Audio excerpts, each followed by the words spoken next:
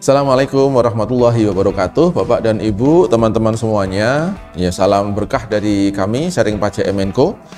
Kali ini kita masih membahas tentang program pengungkapan sukarela. Ya, kenapa kita masih bahas ini? Karena sampai hari ini, ya sekarang tanggal berapa nih? 17 Mei 2022. Masih ada 1,5 bulan lagi sampai 30 Juni 2022. Ya, orang untuk memilih ikut PPS atau tidak. Nah, kali ini kita akan memberikan satu satu advice yang final ya. Di antara kegalauan ya teman-teman semuanya. Siapa yang wajib hukumnya ikut PPS skema 2? Wajib itu artinya harus ikut. Kalau nggak ikut dia pasti akan kena resiko. Yang tidak wajib berarti boleh pilih nih, ikut atau tidak, silahkan, nggak ada resiko apapun ya. Oke ya, kita masuk ke materi kita. Jadi tema kita adalah PPS ya, program pengungkapan sukarela ya. Kita tahu PPS kita ini ada 2 skema, ada 2 kebijakan. Batasannya adalah 2015 ya. Ini adalah untuk alumni TA 1 ya.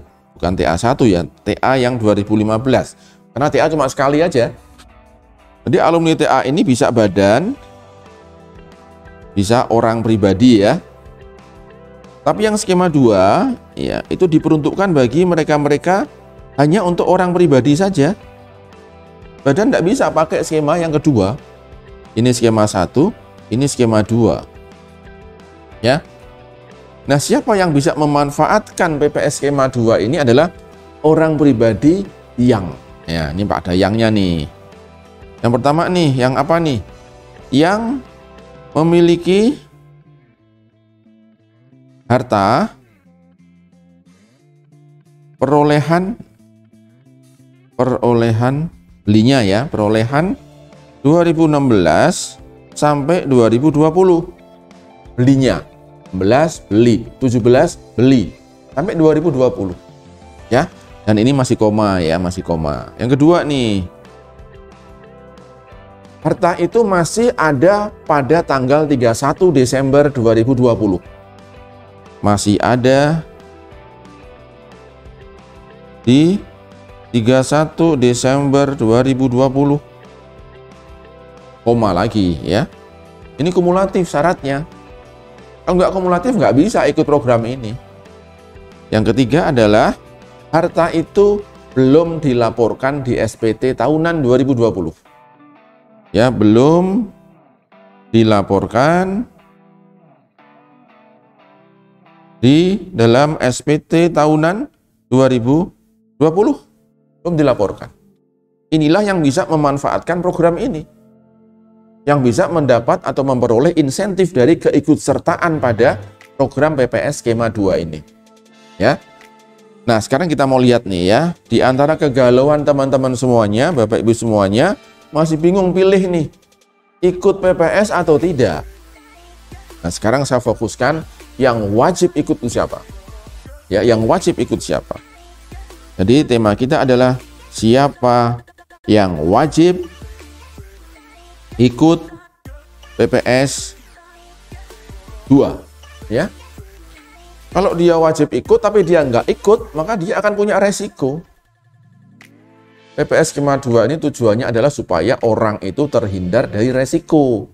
Resiko apa? Resiko pajak. Resiko pajak ya. Bahkan ada ikutannya, karena resiko pajak nanti resiko jantung juga. Iya kan? Double-double keluar duitnya kan? Oke, sekarang kita mau lihat nih, siapa yang wajib ikut PPS. Nah, pertimbangannya begini. Mulainya kita tahun 2016 ya. Ini 2016 bla bla bla terus sampai 2020. Nah, ini. Berarti kalau kita punya harta 2015, misalnya nih, yang belum dilaporkan di SPT 2020 dan kita nggak ikut teks amnesti 2015, teks amnesti 15-nya sudah aman dia. Karena dia nggak ikut ya, maka dia berlaku undang-undang pajak yang biasa. Ya, undang-undang pajak yang reguler, yang umum ya. Dia masih bisa diperiksa waktu itu. Tapi sekarang kan udah lewat 5 tahun, udah daluarsa. Jadi ini nggak ada resiko di sini. Ya, walaupun ada harta yang belum dia laporkan di sini. Nah, cuma nanti dia harus laporkan di SPT 2021 ya. Ini nanti bahasan yang lain ya. Ini bahasan yang lain nanti ya. Oke. Tapi ini nggak perlu kita ikutkan dalam PPS skema 2 ini, diabaikan saja ya. Fokus kita adalah harta yang perolehannya mulai tahun 2016. Oke ya. Nah, sekarang pertimbangan ikut PPS itu langkah pertamanya adalah lihat SPT tahun 2020. Ya, kita lihat nih, lihat SPT kita 2020, terutama di daftar hartanya. Ya. Setelah kita lihat daftar hartanya nih misalnya nih, ada harta yang terlewat. Ya. Ini ya, kita lihat SPT-nya, ada harta yang terlewat nih. Harta terlewat. Wah, saya beli tahun 2017 misalnya. Ini beli di sini nih misalnya nih. Belinya di tahun 2017. Dan per Desember 2020, akhir Desember itu masih ada. Cuman terlewat nih. Ya. Harga belinya, harganya waktu itu misalnya 1 miliar. Apartemen lah misalnya ya. Ini apartemen nih 1 miliar. Maka di sini kita bisa menghitung nih, kalau saya ikut PPS skema 2, berapa resiko saya? Ya, berapa uang yang harus saya keluarkan untuk membeli insentifnya PPS? Untuk mendapatkan insentifnya PPS? Untuk menghindari resiko pajak 2016 sampai 20. Nah, maka di sini akan kita hitung nih, dasar pengenaan PPS ya, DPP-nya PPS nih. Apa DPP-nya? Itu harta bersih namanya, harta bersih. Ya, net aset gitu ya. Bagaimana menghitung harta bersih ini? Ya, dari hartanya sendiri, nilai asetnya sesuai harga belinya, harga perolehannya. Oh, apartemen 1 miliar nih harga belinya. Ya. Terus dikurangi apa? Dikurangi dengan hutang. Hutang ya. Jadi kalau si apartemen ini kita beli dengan cara hutang kepada developernya misalnya. Per posisi 31 Desember 2020 ini, ya, hutang ini juga per posisi 31 Desember 2020. Misalnya ada hutangnya masih 200 nih, sisanya. Maka inilah yang disebut harta bersih. Ya, harta bersih. Maka 800 nih harta bersihnya. Oke, berarti kita punya dasar pengenaan pajak 800. Di aturan undang-undang harmonisasi peraturan pajak, harta bersih ini dianggap sebagai penghasilan ya, dianggap sebagai penghasilan. Dan ini kena PPh final. PPh final. Ya. Tarifnya bisa 12%, bisa 14%, bisa 18%. Kapan kena 12%? Kalau kita investasikan. Investasi. Ya. Investasinya mana? Ke surat berharga negara dan ke industri energi terbarukan ya. Ya, yang berkaitan dengan sumber daya alam, gitu ya. Industri tertentu gitu aja ya, tertentu itu ya. TTT tertentu ya. Ini kalau investasi dia 12% dari 800 juta ya. Lalu misalkan nih 14% nih. Dia cuma diungkap saja, ungkap. Ya. Dan dia asetnya ada di dalam negeri. Asetnya ada di dalam negeri. Ya. Lalu yang 18% ini ungkap juga. Hanya ngungkap saja, oh saya punya saham nih, tapi sahamnya PT luar negeri 18%. Ya, berarti kita pilih nih misalkan, oke, kita ungkap saja, kita nggak akan investasikan, karena investasi harus 5 tahun, repot saya nih, ya. Nah maka kita kenanya 14% nih, misalnya 14 kali 800, berapa itu? 112 ya. Berarti kenanya adalah 14% kali 800 juta. Ya, sama dengan 112 juta. Ini adalah tebusan atau pajak yang harus kita bayarkan kalau kita ingin mengambil manfaatnya PPS. Sampai di sini kita belum bisa pilih nih, saya harus PPS nih. Ini belum bisa kita pilih. Ya. Nah, kita harus membuat simulasi dulu nih untuk diperbandingkan dengan resiko pajaknya. Berarti ini kan PPS nih ya, PPS skema 2. Kita punya resiko 112. Sekarang kita bandingkan dengan resiko 2016 ya, tahun pajaknya ya. 2018, 2019, 2020 nih. Berapa resiko pajaknya di sini? Kita harus hitung. Nah, berita baiknya adalah 2016 ini sudah tidak perlu dihitung resikonya lagi. Karena apa? Sudah daluarsa penetapan pajak. Kantor pajak nggak bisa periksa kita. Ya, nggak bisa utak-atik lagi sumber uang kita dari mana ini 2016. Ya, maka yang perlu kita hitung adalah resiko pajak di sini nih. Resiko pajaknya. Resiko pajak terutang ya. Nah, yang namanya pajak ini kan macam-macam tuh. 1, resiko PPh orang pribadi ya. PPh orang pribadi.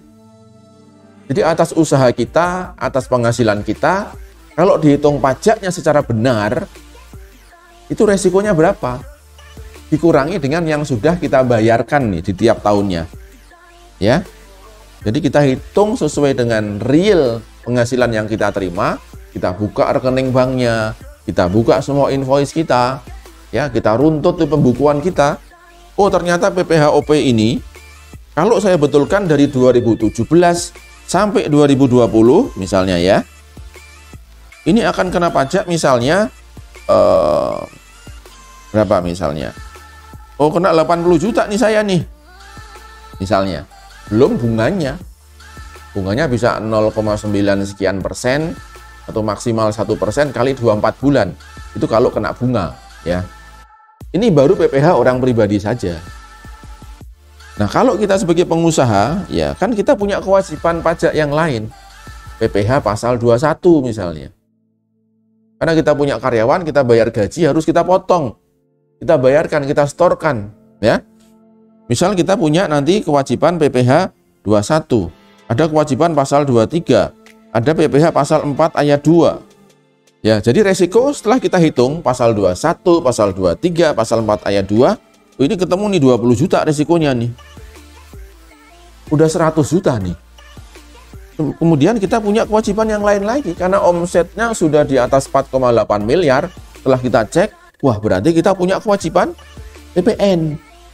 Kalau kantor pajak periksa kita akan kena resiko PPN misalnya, kenanya 50 juta nih. Misalnya.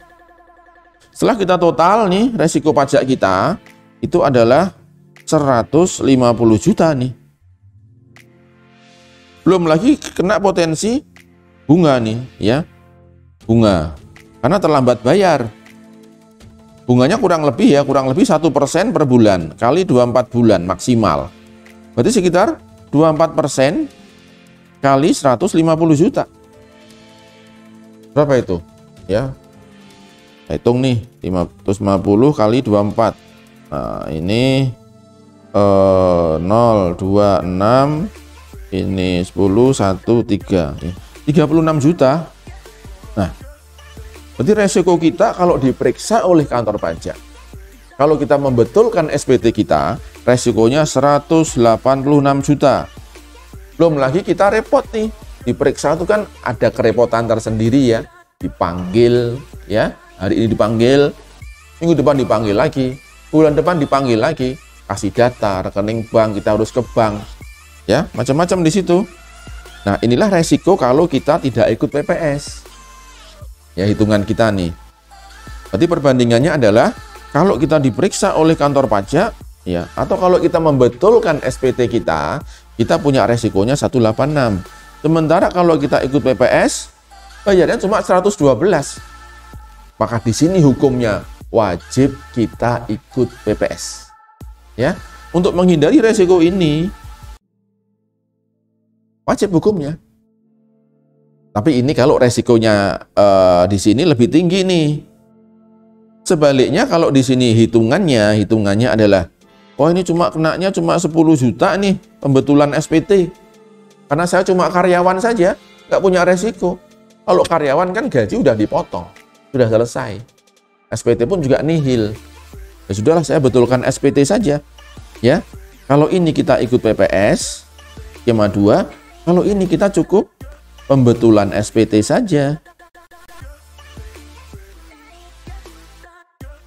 Itulah cara kita bagaimana memilih ya untuk ikut program PPS atau tidak. Jangan ikut-ikutan, ya.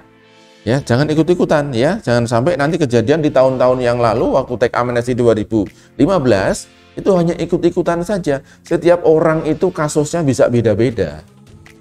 Ya, walaupun dia sama-sama karyawan, tapi kasusnya bisa berbeda. Ya. Dengan kita karyawan sama-sama kita harus seragam. Kita PPS saja atau kita pembetulan saja, tidak bisa. Di kasusnya harus masing-masing menghitung seperti ini. Resiko PPS-nya berapa, resiko pembetulan itu berapa. Ya, mudah-mudahan video ini bisa memberikan manfaat buat Bapak Ibu sekalian untuk segera memilih. Waktu tinggal 1,5 bulan lagi. Ya, kalau tidak kita manfaatkan, ya khawatirnya adalah kita bisa kena resiko ini. Ya, selamat mencoba, selamat memikirkan, dan selamat memutuskan. Ya, Assalamualaikum warahmatullahi wabarakatuh.